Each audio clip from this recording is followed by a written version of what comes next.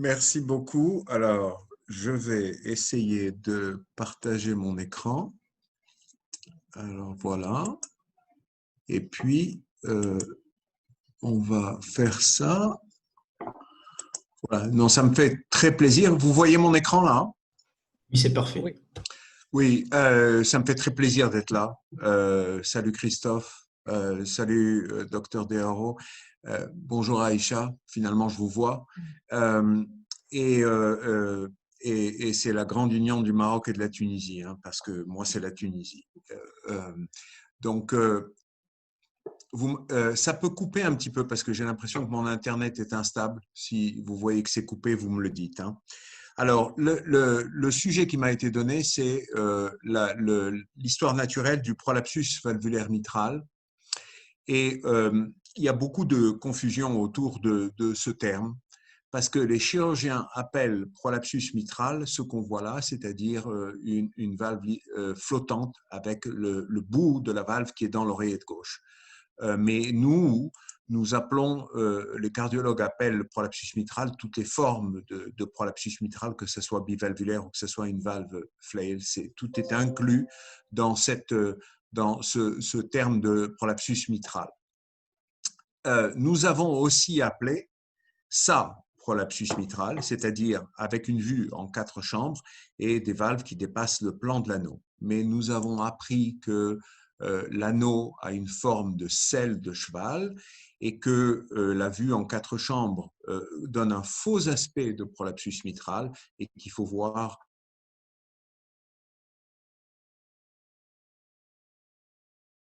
la valve mitrale dans son long axe pour définir. La première partie de ce qui est étonnant, c'est qu'il faut donc mesurer les 2 mm de déplacement dans l'oreillette gauche de la valve mitrale pour définir le prolapsus valvulaire mitral. Et ce que ça a fait sur la littérature, c'est que tout ce qui a été publié sur le prolapsus mitral avant 1989 n'est pas interprétable parce qu'on ne sait pas si tous ces patients ont un prolapsus mitral ou n'ont pas un prolapsus mitral et combien ont un prolapsus mitral. Ce qui est aussi troublant, c'est ce qui concerne le pronostic. Vous voyez ici un des papiers de Barlow lui-même en 1968. Il avait 90 cas à l'époque. Vous voyez ici un très beau phonocardiogramme montrant un souffle télésystolique et un clic. Ce sont des enregistrements superbes. Et là, il disait qu'il y avait peu de complications. Et puis d'autres papiers, ce papier qui est de 81, qui soulignait la présence d'une mort subite avec, vous voyez, une arythmie ventriculaire qui avait été détectée auparavant. Donc, qu'est-ce qu'il faut faire avec ça?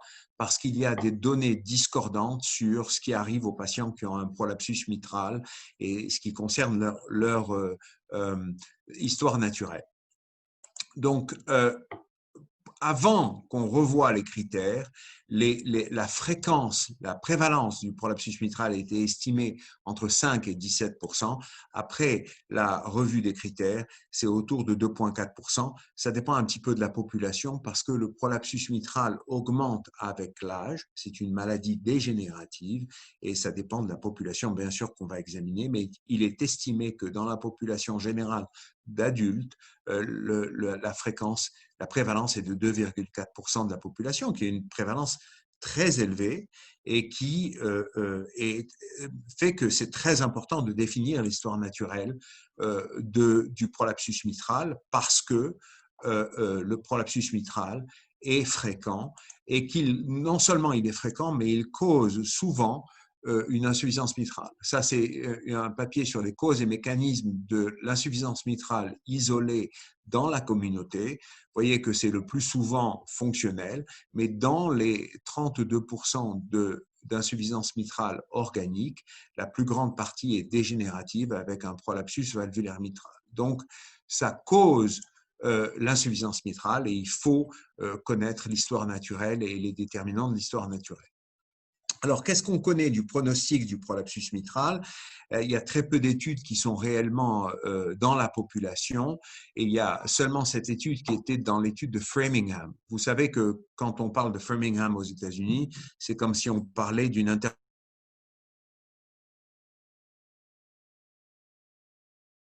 intervention divine, que le prolapsus mitral était quelque chose de bénin. Et ici, en fait, cette étude regardait de manière rétrospective aux événements de ces patients et pas de manière prospective aux événements de ces patients. Et donc, c'était une suggestion, et vous voyez qu'il y a très peu de patients qui avaient un prolapsus mitral, 84. Donc, difficile de donner un pronostic sur 84 patients.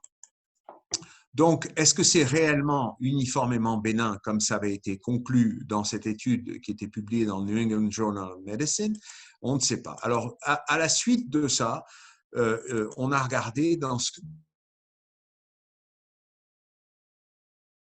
la communauté. Et je vous explique dans les États-Unis, et ça, c'est Olmsted County, qui est au sud du Minnesota. Et pourquoi cette communauté est spéciale? C'est parce que, premièrement, elle est isolée.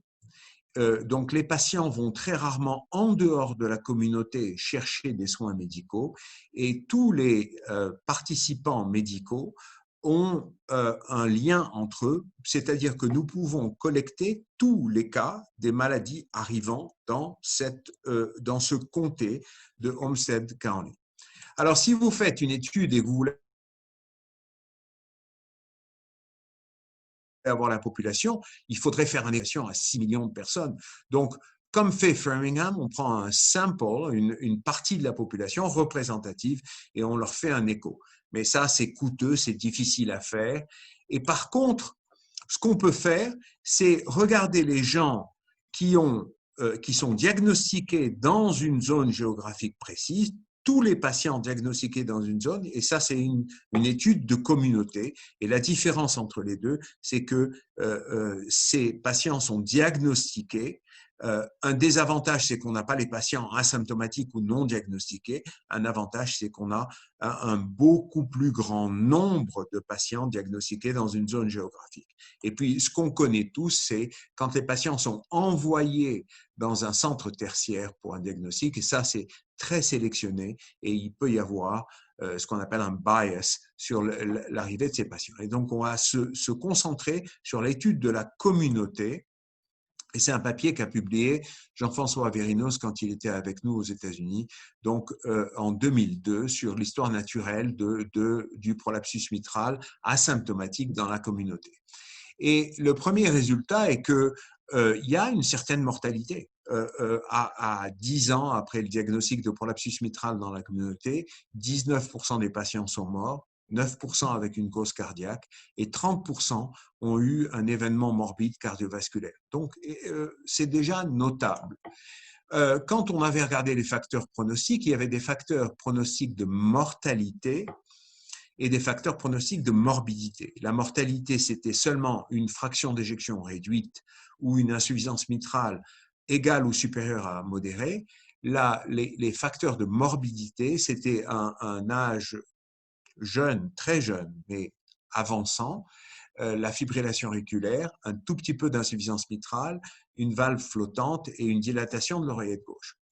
Et si on regroupe ces facteurs pronostiques, eh bien, aucun ou un seul facteur secondaire, c'était à peu près la moitié de la population, deux facteurs secondaires ou plus, 30% de la population, et des facteurs qu'on a appelés primaires, c'est-à-dire l'insuffisance mitrale modérée ou plus, ou la fraction d'éjection réduite, sur 18% de la population. Et donc, vous voyez la distribution de ces risques.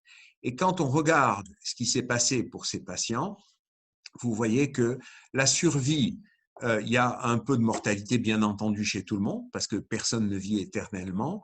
Et les gens qui ont 0 ou un facteur de risque, ici, survivent autant que la population générale.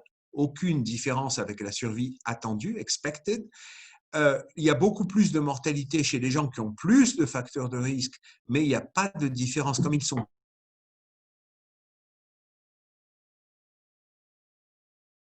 plus âgés, il n'y a pas de différence avec, il y avait des facteurs de risque primaires, avait un excès de mortalité par rapport à la population générale. Et ici, on a le même aspect dans la mortalité cardiovasculaire.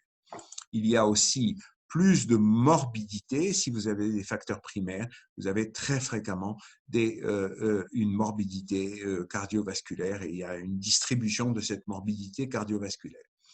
Donc, on voit un élément hétérogène. Le prolapsus mitral n'est pas homogène, c'est très hétérogène avec des patients qui ont un excès de mortalité à des patients qui ont très peu de mortalité et très peu de morbidité, donc très hétérogène. Et ça, c'est confirmé quand on regarde les flail leaflets, parce que quand on regarde ce groupe-là, qui a une insuffisance mitrale généralement sévère, ce qu'on observe, c'est que ces gens ont un excès de mortalité observée versus la survie attendue, et le gris, c'est l'excès de mortalité, donc un excès de mortalité chez ces patients qui ont une insuffisance mitrale sévère, et un taux élevé d'insuffisance cardiaque, un taux élevé de besoin de chirurgie, et à 10 ans, 90% sont soit morts, soit opérés, donc la seule manière d'éviter l'opération, c'est de mourir, ce qui n'est pas un très bon système pour éviter l'opération. Donc, une cohérence entre les patients avec insuffisance mitrale dégénérative sévère et ce qu'on avait trouvé dans le prolapsus mitral dans la population. Donc, ça n'est pas uniformément bénin. Le prolapsus mitral est hétérogène et c'est hautement dépendant de l'insuffisance mitrale et de ses conséquences. Donc, qu'est-ce qu'on fait pour juger l'insuffisance mitrale? Vous voyez ici 4 G d'insuffisance mitrale. En général, les gens regardent le G en couleur et puis s'en contentent, ils vont vite, mais on sait que ça n'est pas très précis, cette mesure de l'insuffisance mitrale. Et quand on regarde les guidelines pour l'insuffisance mitrale, vous avez la définition de l'insuffisance mitrale sévère ou ce qu'on appelle progressive, qui est ce qu'on appelait avant modérée. Je ne sais pas si ce terme est très utile, c'est basé sur des données quantitatives que vous voyez ici indiquées, l'orifice régurgitant en particulier au-dessus de 0,4 cm², mais la question est d'où est-ce que ça vient? Eh bien, ça vient des guidelines. Vous avez les anciennes guidelines de l'American Society of Echo. Vous avez les nouvelles guidelines de l'American Society of Echo, mais l'insuffisance mitrale, ça a été le sujet, vous voyez que ce sont tous des amis, mais ça a été le sujet qui était le plus discuté. Il y a eu réellement une grande tension à propos de comment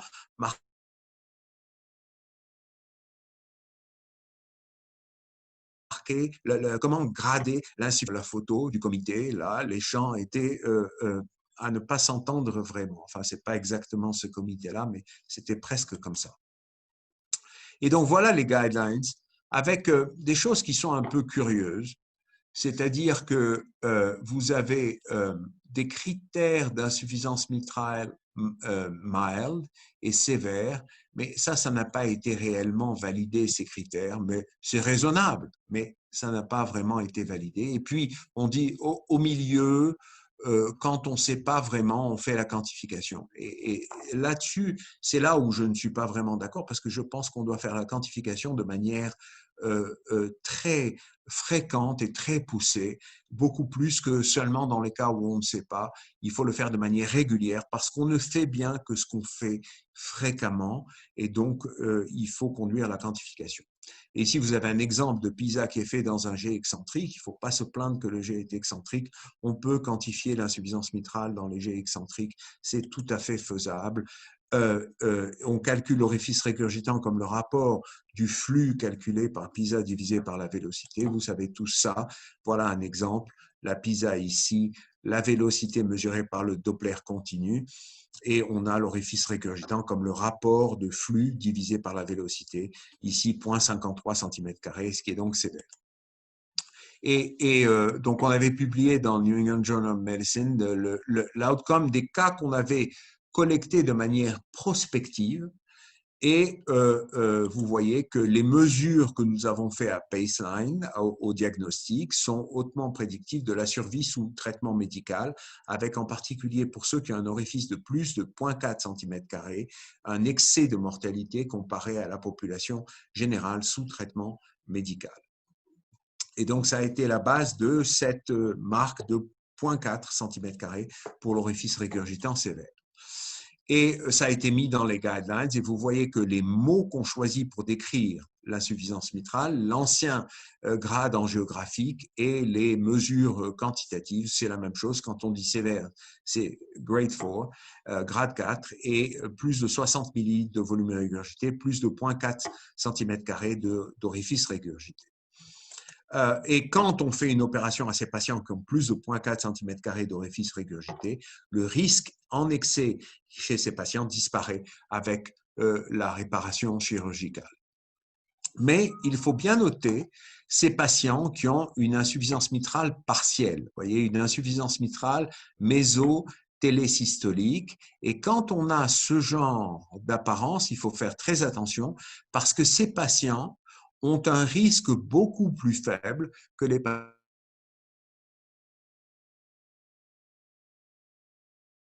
patients qui ont une insuffisance mitrale holosystolique. Une insuffisance mitrale holosystolique, une insuffisance mitrale mésotélésystolique, la PISA a la même allure, le G a la même allure, mais l'insuffisance mitrale ici est temporaire. Donc, quand on regarde holosystolique, l'orifice régurgitant est ce qui doit nous faire quantifier l'insuffisance mitrale, mais quand on regarde une insuffisance mitrale mésotélésystolique, le volume régurgitant est ce que nous devons retenir le plus, et ce volume est en général très modeste. Donc, il faut faire attention. Mais il y a eu beaucoup de critiques sur les méthodes quantitatives, en particulier avec l'imaging 3D, trois-dimensionnel, montrant un orifice qui n'est pas forcément circulaire, qui a une surface différente de celle qu'on attend, une PISA qui n'apparaît pas circulaire quand on la regarde sous tous les angles. Ça a été très critiqué comme méthode et les gens commencent leur talk en disant « Oh, c'est des méthodes qui ne sont pas reliable pour des tas de raisons. » Et quand on regarde les données quantitatives, ça c'est notre étude sur la survie, et puis ça c'est moi qui ai fait l'écho chez pratiquement tous ces patients. Et puis ici, c'est une étude anglaise avec un petit nombre de patients, mais ils nous disent que l'orifice régurgitant n'est pas un marqueur de la outcome. Donc, si je ne fais pas l'écho, ça ne marche pas. Si on a une technique qui est peut-être excellente, mais qui ne marche que pour une seule personne au monde, ça n'est pas une bonne technique.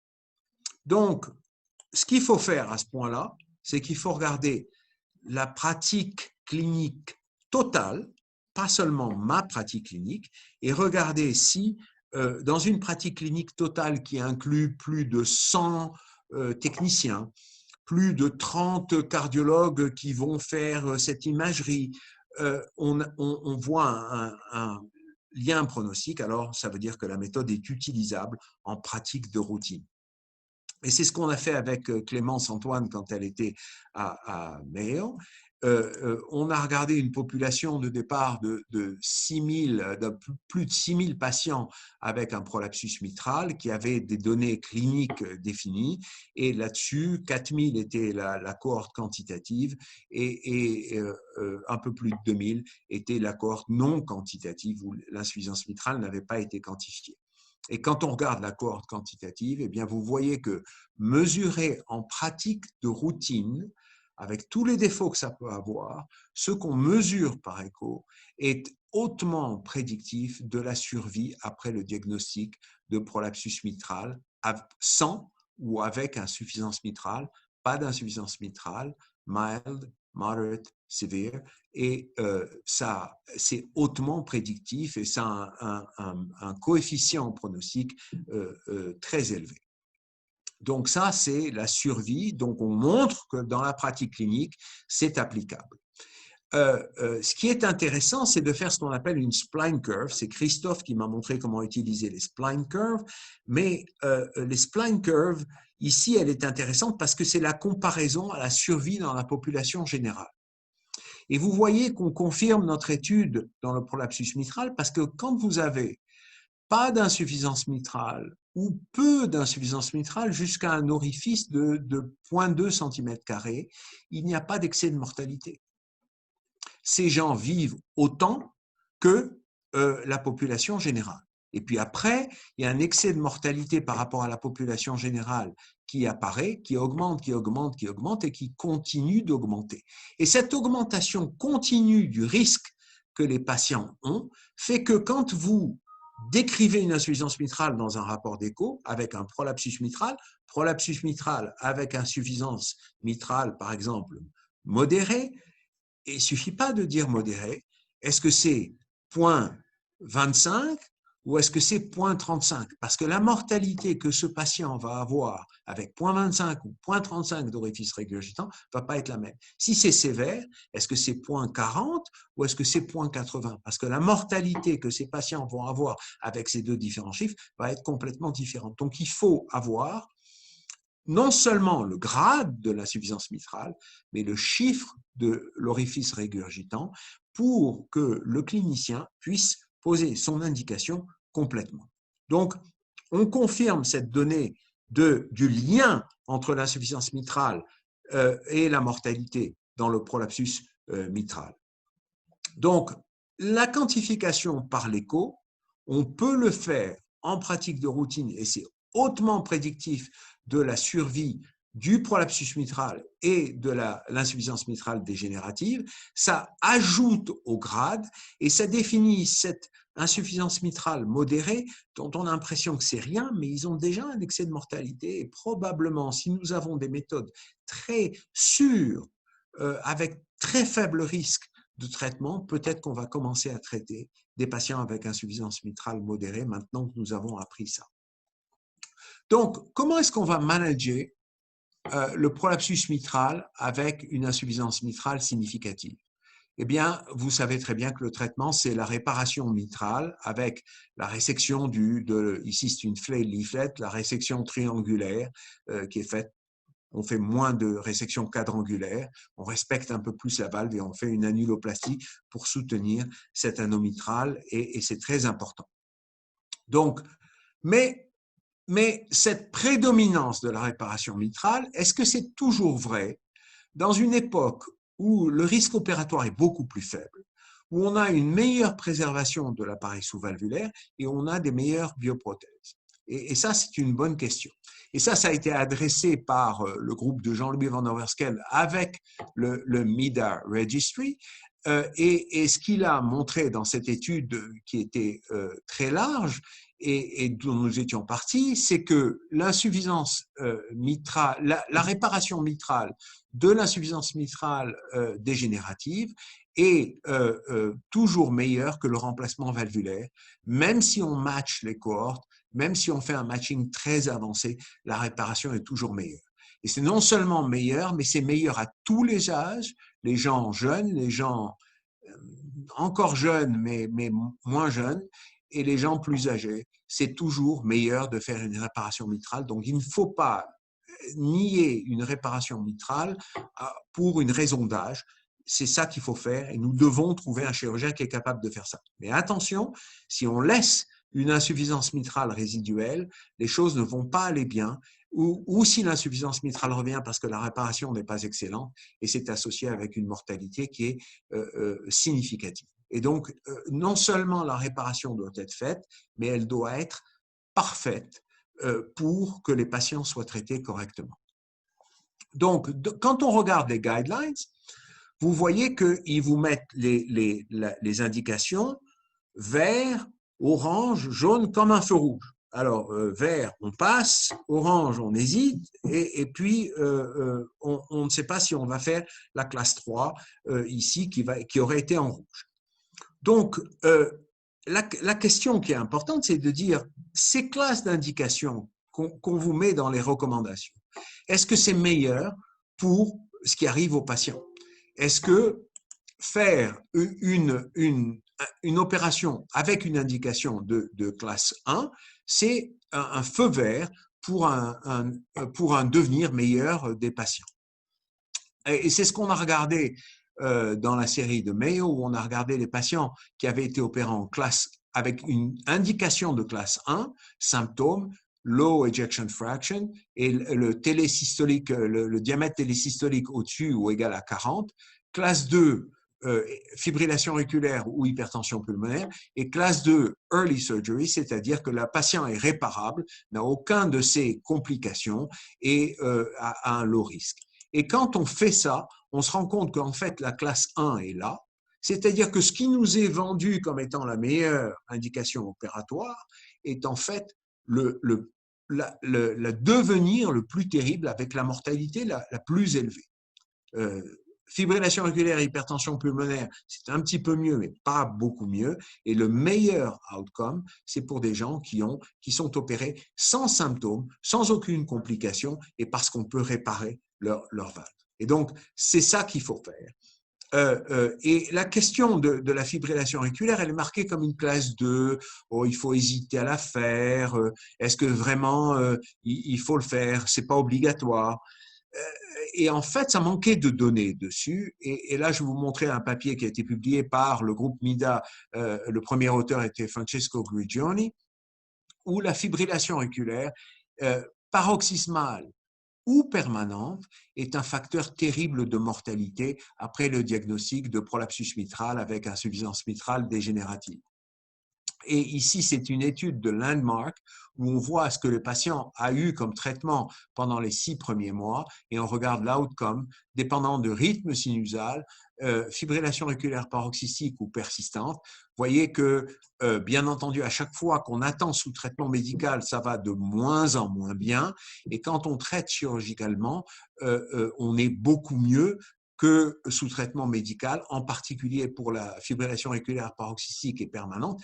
Mais le meilleur résultat est obtenu quand on opère les patients en rythme sinusal et tôt, avant qu'ils aient des complications. Donc pensez à opérer tôt, avant la fibrillation auriculaire, mais en particulier s'il y a une fibrillation auriculaire paroxystique, et il faut être très agressif sur la chirurgie. Et la chirurgie précoce, chez des gens qui n'ont aucun symptôme, pas d'insuffisance, pas de dysfonction ventriculaire gauche, est toujours meilleure que le management médical. Chez ces patients qui sont en général à low risque, il y a un bénéfice en termes de survie, un bénéfice en termes d'insuffisance cardiaque, mais pas forcément un bénéfice en termes de fibrillation auriculaire qui arrive après la chirurgie. Et donc ça reste un petit problème. Donc, une autre donnée qui est très importante à mesurer, c'est le volume de l'oreillette gauche. Ici, vous voyez 4 différentes oreillettes gauche avec une différente taille. Et mesurer le volume de l'oreillette gauche est très facile et très utile. Vous voyez que l'oreillette gauche, dans ce papier qu'on a publié avec Benjamin Essayag, alors lui, c'est un vrai Marocain. Il est moitié marocain, moitié tunisien. Et donc, je le garde un peu pour la Tunisie, mais quand même, c'est bien pour le Maroc. Il est adorable et excellent. Et ça, c'est la survie dépendant du volume de l'oreillette gauche, avec un gradient oreillette gauche moins de 40, 40 à 60 et plus de 60. Et vous voyez que ça ne recouvre pas exactement le degré d'insuffisance mitrale. Il y a un certain degré d'hétérogénéité. Les petites oreillettes gauche, des fois, ont une insuffisance mitrale sévère et les grosses oreillettes gauche n'ont pas toujours une insuffisance mitrale sévère. Donc, il y a une certaine hétérogénéité de la réponse de l'oreillette gauche à l'insuffisance mitrale dégénérative. Et vous voyez que cet excès de mortalité avec la dilatation de l'oreillette gauche est particulièrement marqué sous traitement médical. Ça s'améliore après le traitement chirurgical, mais vous voyez que les patients qui ont une très forte oreillette gauche gardent un excès de mortalité à long terme, pas énorme, mais quand même significatif. Et donc, quand vous voyez quelqu'un s'approcher de 60 millilitres par mètre carré de volume d'oreillette gauche, il faut penser à opérer ces patients.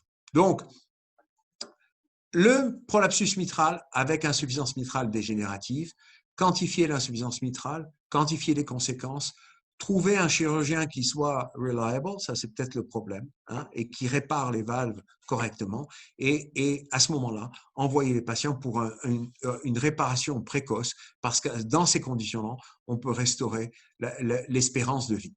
Je vais dire un mot en plus en termes des patients qu'on peut négliger. Parce que je vous ai dit, OK, quand il n'y a pas beaucoup d'insuffisance mitrale, tout est rose, tout va bien. Mais est-ce qu'il y a dans cette zone verte ici et dans ce début de cette zone beige là, des patients à haut risque que nous négligeons? Le problème, c'est que l'immense majorité des patients est à risque faible. Comment est-ce qu'on va trouver le patient caché dans cette foule qui est à haut risque? Parce qu'on ne veut pas appliquer un traitement risqué chez ces autres patients qui ont très peu de risques, mais on veut appliquer un traitement risqué si le patient a un problème d'outcome. Et mon attention a été attirée par mon collègue Michael Ackerman sur le potentiel de mort subite. Je n'y pensais pas vraiment, mais il a dans sa série un petit nombre de patients avec une mort subite en dehors de l'hôpital qui a été ressuscité et qui a différentes conditions avec 10 patients qui avaient un Bailey-Fett prolapse et 14 patients qui n'avaient pas de prolapsus. Et donc, il a appelé ça le prolapsus malin avec mort subite. Mais la question est-ce que ces patients sont morts avec un prolapsus mitral qui est fréquent ou est-ce que ces patients sont morts à cause du prolapsus mitral? Et c'est ce travail que nous avions fait avec Jérôme Mourdin et le professeur de Haro. Les reviewers de circulation n'ont pas été très gentils parce qu'ils n'ont pas donné un article complet. Les résultats sont là, vous voyez qu'il y avait énormément de mesures. Jérôme avait fait des mesures de tout ce qui concerne l'écho, de tout ce qui concerne l'électrocardiogramme sur 42 patients de mort subite avec seulement un prolapsus valvulaire mitral. Et les conclusions de ce papier sont qu'un prolapsus mitral isolé avec mort subite a une triade qui est formée cliniquement par la syncope, à l'écho par une dégénérescence mitrale sévère avec disjonction annulaire. Là, ce n'était pas toujours très complet ce qu'on avait, et à l'ECG, des extrasystoles qui venaient de la région mitrale. Alors, la question continuait à être discutée et récemment, on a publié ce papier sur le prolapsus arythmique, donc pas forcément des patients qui sont morts subitement, mais des patients chez lesquels on a évalué les complications rythmiques en faisant un Holter et qui avaient un diagnostic de prolapsus mitral isolé.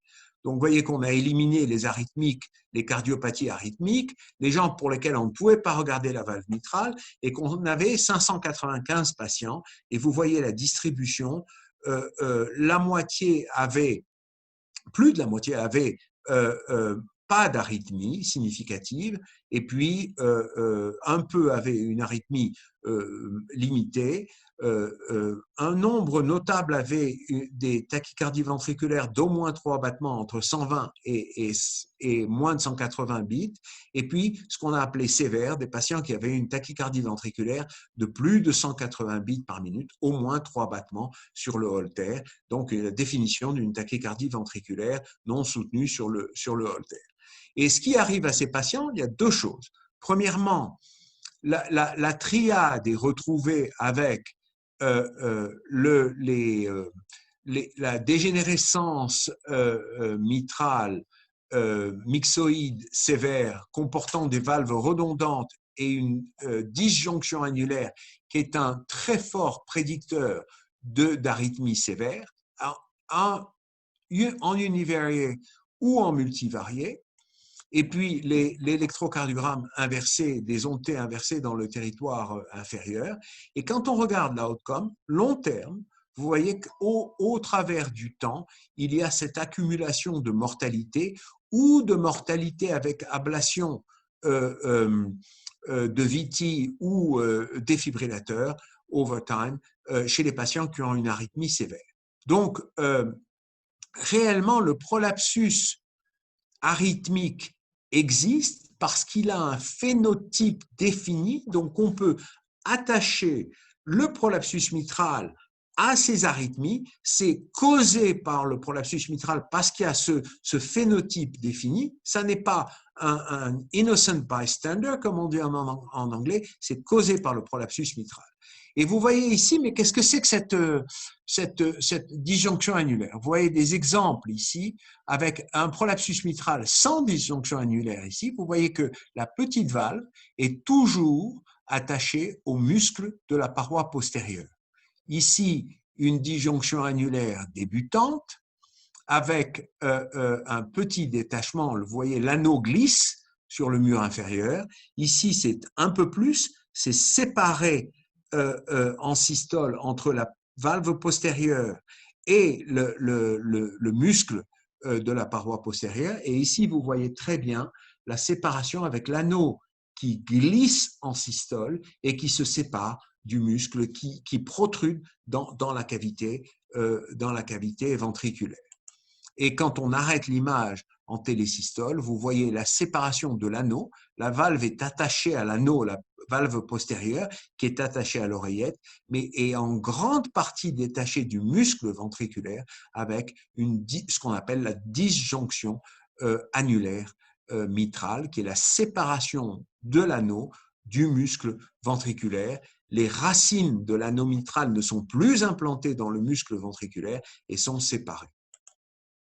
Et donc, si vous diagnostiquez, il faut détecter le prolapsus arythmique, si vous diagnostiquez un prolapsus mitral avec le phénotype suggestif, c'est-à-dire une dégénérescence sévère avec disjonction annulaire et des anomalies de STT dans la paroi inférieure, il faut faire un Holter pour détecter les arythmies. Et puis, bien qu'on n'ait pas de clinical trial, il faut considérer des interventions pour des arythmies sévères, et peut-être que l'arythmie sévère a besoin d'une définition un peu plus fine. Il faudrait faire des séries beaucoup plus larges de Holter pour connaître l'outcome. Donc, si on résume l'histoire naturelle du prolapsus mitral, il est hétérogène. Il nous faut un diagnostic attentif. Il nous faut régulièrement faire la quantification de l'insuffisance mitrale. Il faut analyser les conséquences de l'insuffisance mitrale de manière très attentive, toutes les conséquences, plus que dans les guidelines et les recommandations, et détecter le prolapsus arythmique parmi tous ces patients bénins, et pour pouvoir offrir la meilleure option thérapeutique pour ces patients et rétablir leur durée de vie normale. Merci beaucoup de l'invitation. C'est un grand plaisir d'être avec vous.